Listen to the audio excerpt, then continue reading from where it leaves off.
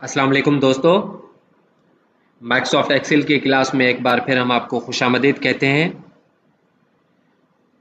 आज हम Microsoft Excel में जो ऑप्शन सीखने जा रहे हैं वो है फ्रीज पैन्स। फ्रीज पैन्स उनका काम क्या है, क्यों उसकी ज़रूरत पड़ती है और किस तरीके से ये काम करता है और हमारे लिए फ़ायदेमंद है। तो वो सीखने से पहले जिन दोस्तों ने हमारे चैनल को सब्सक्राइब नहीं किया है वो सब्सक्राइब कर लें और बेल के आइकन को दबा दें। तो कंटिन्यू करते हैं। आज का ऑप्शन है फ्रीज पैन्स। पहले ये देखते हैं कि फ्रीज पैन्स की ज़रूरत क्यों पेश आती है।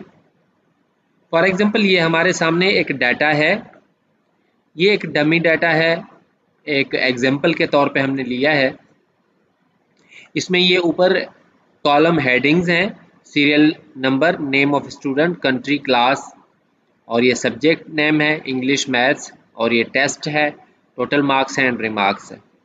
और ये हमारे रिकॉर्ड हैं सारे, तकरीबन 10 रिकॉर्ड्स हमने जो है ना वो आर्जी तौर पे यहाँ पे ऐड किए हुए हैं समझने के लिए। यहाँ पे एक चीज़ गौर करें कि अगर हम अपने रिकॉर्ड में कर्सर को नीचे लेके जाते हैं तो जो कॉलम हेडिंग्स हैं वो गायब हो रही हैं। अब फॉर एग्जांपल यहाँ पे मैं देखना चाहता हूँ कि ये जो 45 है 10 नंबर रिकॉर्ड का, ये 45 क्या है? आया मार्क्स हैं और इंग्लिश की मार्क्स हैं या टोटल मार्क्स हैं या कौन से सब्जेक्ट की मार्क्स हैं? ये मुझे देखने के लिए फिर ऊपर दोबारा वापस जाना पड़ेगा कि ये कौन सा सब्जेक्ट के मार्क्स हैं। ठीक हो गया। अब यहाँ पे अभी तो सिर्फ है 10 रिकॉर्ड्स, और अगर 100 रिकॉर्ड्स होते हैं या 1000 रिकॉर्ड्स होते हैं तो जब हम किसी भी रिकॉर्ड पर नीचे मौजूद होते हैं तो ऊपर हेडिंग देखने के लिए वापस हमें जाना पड़ता है। इसी तरीके से फॉर एग्जांपल अगर हम कर्सर को राइट साइड पे मूव कर देते हैं, फॉर एग्जांपल यहाँ पे हमारा कर्सर मौजूद है और स्क्रीन से जो फर्स्ट कॉलम्स थे रिकॉर्ड के वो गायब हो चुके हैं, जिसमें स्टूडेंट नेम, कंट्री, ये चीज़ें मौजूद थी। अब अगर मुझे मालूम करना है कि किसी स्टूडेंट का कि टोटल मार्क्स जो है वो कितनी है, या ये जो 60 मार्क्स हैं या जो हाईएस्ट 84 मार्क्स हैं ये कौन से स्टूडेंट की हैं, तो मुझे कर्सर फिर लेफ्ट में जाके देखना पड़ेगा कि वो कौन सा स्टूडेंट है। तो इसके लिए ऑप्शन ये यूज़ होता है कि हम माइक्रोसॉफ्ट एक्सेल को ये बता देते हैं कि कोई कॉलम जो है उसको फ्रीज कर दे। अगर हम रिकॉर्ड्स को मूव भी कर दें आगे पीछे तो वो कॉलम्स जो हैं वो अपनी जगह पे बरकरार रहें। इसी तरीके से अगर हम कर्सर को नीचे मूव भी कर जाते हैं तो माइक्रोसॉफ्ट एक्सेल को हम बता देंगे कि ये रो जो है, जो हेडर रो है, इसको अपनी जगह पे इंटैक्ट रखे, ये मूव ना हो। अब फॉर एग्जांपल हम पहले अप्लाई करते हैं कि ये रो जो है इसको फ्रीज कर देते हैं ताकि हम कर्सर को अगर नीचे मूव कर जाएं तो ये रो जो है वो अपनी जगह पे बरकरार रहे। ऑप्शन है व्यू में, व्यू मेनू में फ्रीज पैन्स का ऑप्शन है और फ्रीज टॉप रो।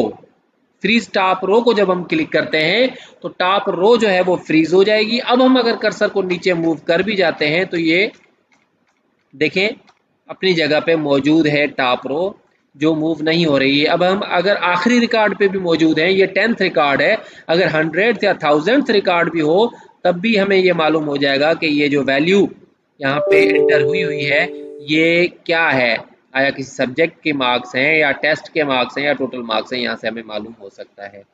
इसी तरीके से हम अगर इसको ख़त्म करना चाहते हैं तो फ्रीज पैन्स में जाके अनफ्रीज पैन्स कर देंगे।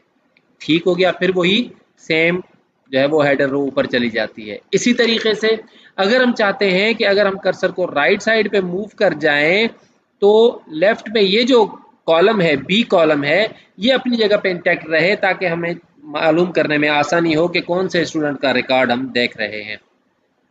इसके लिए हम क्या करेंगे, फ्रीज पैन्स में first column, freeze first column को क्लिक करेंगे तो ये कॉलम फर्स्ट जो है वो फ्रीज हो जाएगा। अब हम अगर राइट साइड पे मूव करते जाएंगे तो ये कॉलम अपनी जगह पे रहेगा और हमें मालूम हो जाएगा कि हम कौन से रिकॉर्ड में। अभी अगर मल्टीपल का बहुत ज़्यादा कॉलम्स होते हैं, फॉर एग्जांपल अभी तो कुछ कॉलम्स है, अगर 10, 20 या 50 कॉलम्स होते हैं जहाँ पे डाटाबेस बनता है, तो उसमें ये हमें चेक करने में आसानी हो जाती है कि ये रिकॉर्ड कौन से स्टूडेंट का है। लेकिन अगर अब डाउन जाते हैं हम, तो फिर वो हेडर रो गायब हो जाती है। तो इसके लिए ऑप्शन ये है कि हम हेडर रोज को और कॉलम को जो है ना वो फ्रीज कर देंगे, ताकि हमें जो है ना इस चीज़ में आसानी हो जाए। उसके लिए कौन सा ऑप्शन है, फ्रीज पेन्स में अनफ्रीज पेन फिलहाल अनफ्रीज कर देते हैं हम।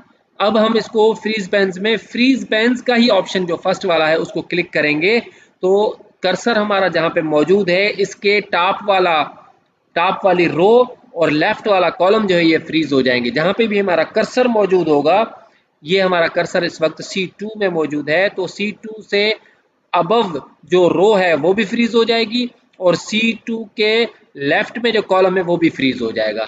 ये देखें, ये कॉलम भी फ्रीज हो गया है और अगर हम नीचे जाते हैं तो रोज भी फ्रीज हो जाती हैं। समटाइम्स ये होता है कि हमारा कर्सर जो है वो कहीं और मौजूद होता है, तो इसलिए हमें फ्रीज पेन ऑप्शन करने में डिफिकल्टी होती है। जैसे कि मैं वापस अनफ्रीज करता हूँ इसको, और कर्सर मेरा फॉर एग्जांपल यहाँ पे मौजूद है, लेकिन मैं चाहता यही हूँ कि फर्स्ट रो और फर्स्ट कॉलम फ्रीज हो जाए। तो अगर फ्रीज पैन करूँगा तो कर्सर मेरा यहाँ पे मौजूद है F4 में।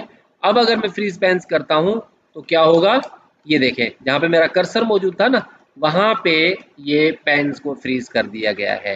तो ये चीज़ ध्यान में रखिएगा, फ्रीज पेन का ऑप्शन करते वक्त कर्सर की अवेलेबिलिटी का आपको मालूम होना ज़रूरी है। अनफ्रीज करते हैं, अगेन एक मरतबा फिर देखें, अगर कर्सर को हम C2 में रख के फ्रीज पैन करते हैं तो जो हमारा रिक्वायर्ड पर्पज़ है वो अचीव हो जाता है। फ्रीज पैन्स, तो ये टॉप रो भी फ्रीज हो गई और लेफ्ट पे जाते हैं, राइट पे जाते हैं तो लेफ्ट में ये कॉलम भी फ्रीज हो गया। तो दोस्तों ये फ्रीज पैन्स का ऑप्शन है जहाँ पे डाटाबेसेस यूज़ होती हैं और मल्टीपल रिकॉर्ड्स यूज़ होते हैं, वहाँ पे फ्रीज पेन्स का ऑप्शन बड़ा हेल्पफुल रहता है। आप इसकी प्रैक्टिस करें, उम्मीद है आपको समझ में आ गया होगा। अगर फिर भी कोई चीज़ समझ में ना आई हो, कोई क्यूरी है, तो हमें कमेंट में ज़रूर मेंशन कर दें। और अगर इसके अलावा कोई भी क्वेश्चन है माइक्रोसॉफ्ट एक्सेल के हवाले से, कंप्यूटर के हवाले से, तो भी हमें क्वेश्चन ज़रूर करें, जल्द से जल्द रिप्लाई करने की कोशिश की जाएगी। आगे चलने से पहले अगेन रिक्वेस्ट करते हैं कि हमारी वीडियोस को लाइक करें, शेयर करें, कमेंट करें और देखते रहिए हमारे लेक्चर्स को, हमारी वीडियोस को। मिलते हैं अगले लेक्चर, अगली वीडियो के साथ। तब तक अपना ख्याल रखिएगा। अस्सलामु अलैकुम वरहमतुल्लाहि वबरकातुहू।